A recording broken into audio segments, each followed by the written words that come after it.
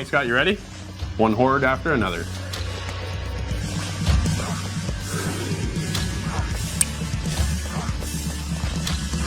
Scott, you and I jumped into a twin-stick shooter called Ritual Crown of Horns on the Switch. Yes. I had a good time with this one. How are you feeling about it? Yeah, so this is a kind of a game that I don't play a lot of. Me either. But I'm really starting to get into these twin-stick shooters now. There's something about this kind of arcadiness and the color schemes and everything that was this game really pulled me in. It's a dark, twisted story to the game, too.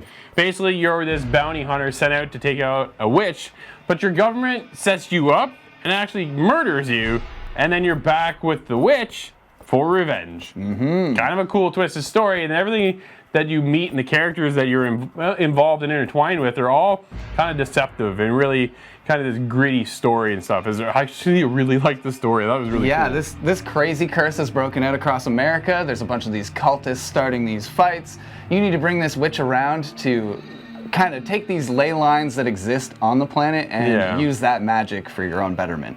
So it kind of brings you into these scenarios where you're fighting a lot of these cultists and waves and waves and waves of cultists. Okay, so to boil it down to real simple terms, this game is a story, then a horde mode, then back to the story. Yeah. And it's a rinse, and repeat of that. And then along the way, you're able to get new abilities, new powers, and such to kind of upgrade and make your way through each fight and each round.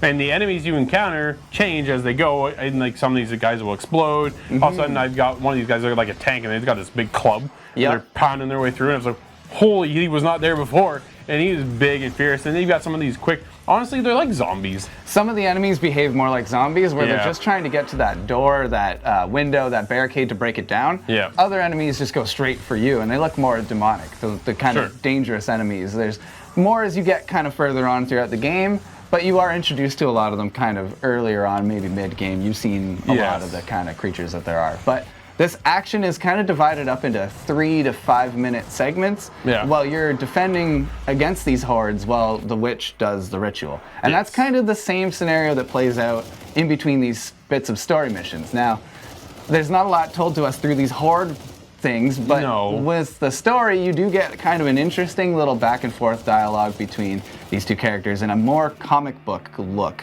Yeah, I love, man, that and I really like that art style. Yeah, that's what cool. The colors, the darkness, the characters really shine through those little bits, except for there's no voices. That was killer, man, to be honest. Okay, I like the fact that it is short quips that we're reading, so I can get in there, get into the game, read a little bit, start playing, get back out, read a bit more. But if the voice acting would have been in that and included, I think it would have just kind of elevated that to the next level that we really would have had. Because the game, honestly, is polished. It is cool, but like I said, though, that you're just doing a horde mode. It's a ritual that you're protecting your witch for a set amount of time, and then she does this big explosion, and ritual is done, wipes out the enemies, it's done, and then you go back into your cutscene with no voiceover. Yeah, no voiceover at all. Now, you do get some rewards from completing these missions, and you get to move on to other missions. There's a lot of other kind of things that they've added into this. You meet these characters along the way, and you kind of bring them back to a hub world. But they don't talk to you at all. And that just really does hurt for me, because the soundtrack in this game otherwise is a huge standout. It's really cool. They have all these crazy songs that just play, and the energy is high, and it's really lends itself well to kind of like a Doom moment, but from the top. Yeah, it does, and it gives you that intensity that you were looking for in a style like this. And I thought the controls were really well done. I played a lot in handheld mode, but honestly, I felt using the Pro Controller is where you need to play this game. Yeah, I stuck to the Pro Controller because it was so hard. This game does hit you with some difficulty. Oh, you might think 3 minutes. Some? Yeah, really? No.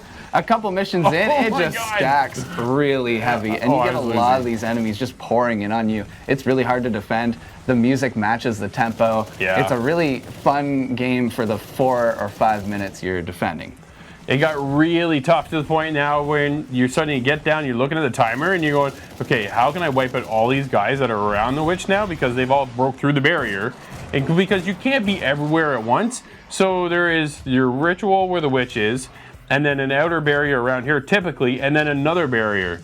But sometimes that outer barrier is so far apart that you're scrambling from one side back to the next, and then trying to get around, and you can't be everywhere. So you almost let them go in on one side, so then you can kind of get back and You let wipe them out. You let them pool up in certain areas. Yeah. I found this really good technique where I was letting them kind of pour in and get to the witch, but then you turn on that saw blade attachment. so cool. You become this invulnerable death machine. Yeah. And you just run through all of the crowds and just crush them out. That was the only way I could actually make distance into this campaign. I really like that they've added this RPG element where you can pick your equipment. That's cool. And kind of tailor yourself to have a better build because the weapons are limited. When they're pouring in on you, you only have maybe a shotgun, maybe a Colt revolver. You can get a machine gun. There's things that pop up throughout the game. You unlock many weapons, but they're just kind of secondary. They're not strong enough. When you're right in the thick of it, it's better to hit that, just have an X button. All the spells that you can unlock as well. That's kind of your saving grace. Absolutely. So you need to use your whole arsenal in order to clear out the area. Yeah. Otherwise, they're just going to keep hoarding it on you, and then you're done. Those barriers can't be repaired, so it just leads to a scenario that gets out of hand. It definitely is going to get out of hand. That's the design of the game. And it's really fun to kind of take that back and just survive long enough.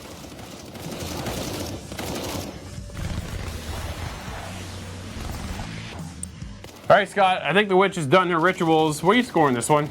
I had a fun time with this game, but there are some elements that I would have liked to see expanded on. We didn't get a multiplayer, and the no voiceovers really hurts me. Yeah. The game types are a little stale at the end of the game because it's only ever just defend yourself. I would have liked to see more scenarios kind of play out. But all in all, I had a fun time with this game regardless. I have to give this one a 6.5.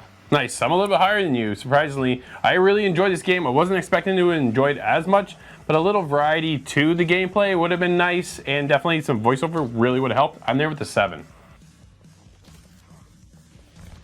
A horde-based twin-stick shooter with a wicked story, hindered only by repetitive missions and no voice acting.